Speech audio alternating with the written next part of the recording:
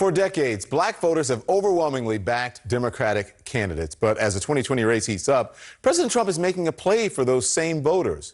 Will it be enough to break through? Joining me now to discuss is Ishmael White and Cheryl Laird, the co-authors of the new book. It's called Steadfast Democrats: How Social Forces Shape Black Political Behavior. I'm so happy to have both of you on. Thank you so much for joining. Ishmael, I'm going to start with you. The black vote is key to winning in 2020. You and Cheryl have studied this. You have a piece out that's in The Atlantic. It's titled Why Black Voters Stick with Democrats. So tell me, why do they? Well, Don, the reason black voters stick with Democrats is because within the black community, the idea of supporting the Democratic Party has become a real expectation of political behavior. Mm-hmm. And this expectation is maintained by other black Americans through their social networks. And that's what the book Steadfast Democrats is about, the role that black Americans social networks and social connections play in maintaining their Democratic Party support. So, Cheryl, listen, you watched the State of the Union. Many people did, I'm sure. And if you didn't, you saw clips of it. This president has been openly wooing the black community with this Super Bowl ad and his guest at the State of the Union. As I said, he loves to talk about jobs and criminal justice reform. Listen.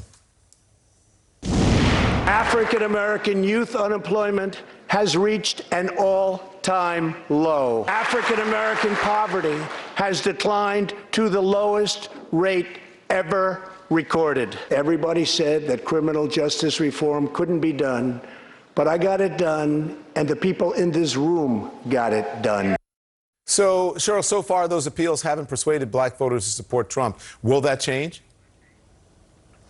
I don't think so. I mean, I think the norms that we talk about in the book really need to be understood, that is maintained through these social interactions that African Americans have with one another, and there's an expected behavior of the Democratic partisanship. So these appeals, although it's trying to symbolize that there is some movement in the Republican Party in their support for African-American issues.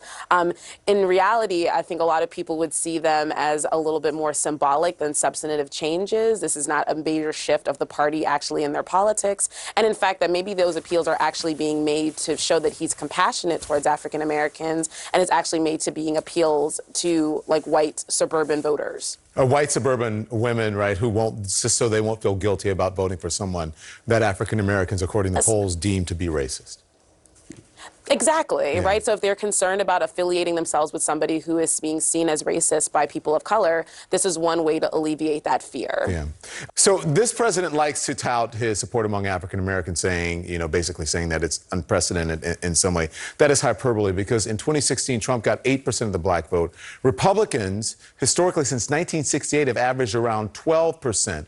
One analysis in the Washington Post says that if Trump did get 12% of the black vote, that he could win again.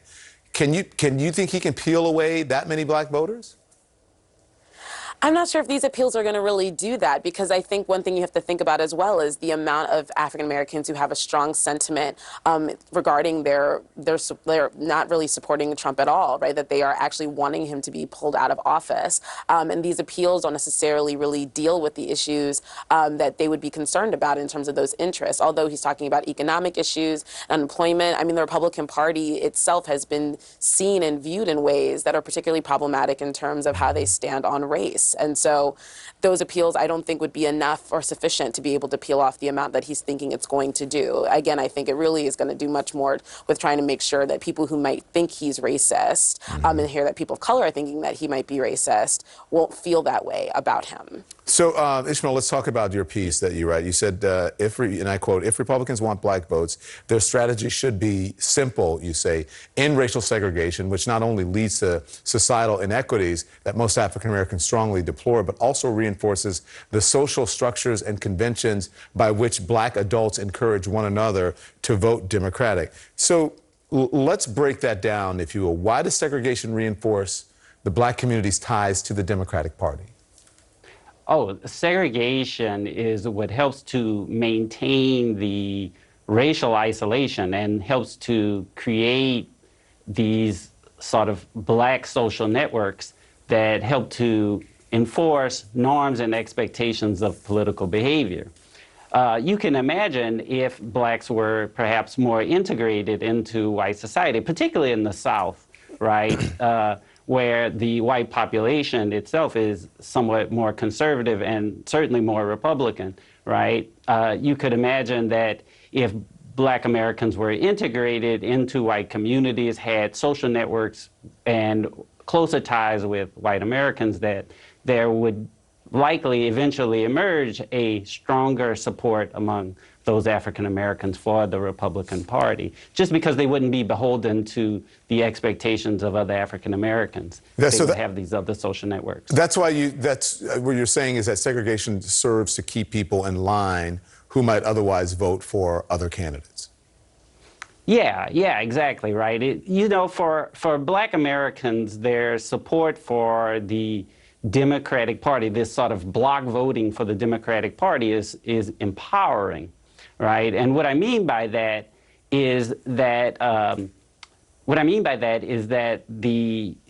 you can imagine if black Americans are able to sort of get a voice within the Democratic Party because they represent such a disproportionate share of the Democratic voters. I mean, think about it like this election. We're talking about reparations, right?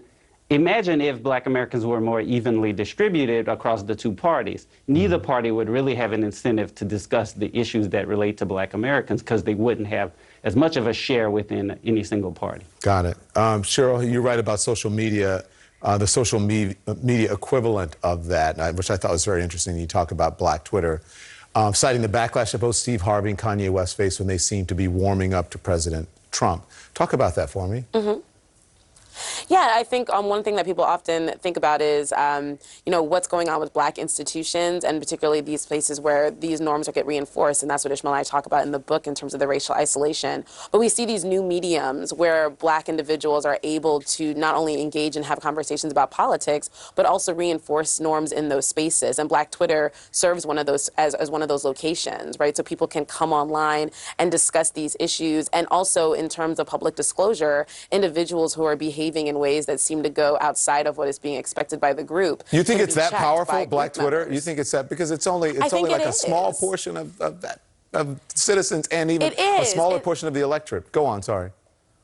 It is. No, I think it is, because although it's a small portion of the electorate, it is amplified. I think more media agencies and outlets are starting to pay attention to what happens on Black Twitter. I've heard of Black Twitter correspondents. Well, I meant Twitter in general. Like the LA Times. I meant Twitter in general, but I Twitter in general, in terms of its in terms of its power. I do think it has a certain amount of influence because there are levels of influencers who are on there. I also think it's hard to escape the noise of what Twitter creates when that type of information gets disseminated and starts to get trending, essentially, online. And Black Twitter is real. I know. Trust me. It's real. Thank you both. I appreciate your time. Thank you. Great article and great book. Thank you so much. And thanks for watching, everyone. Our coverage continues.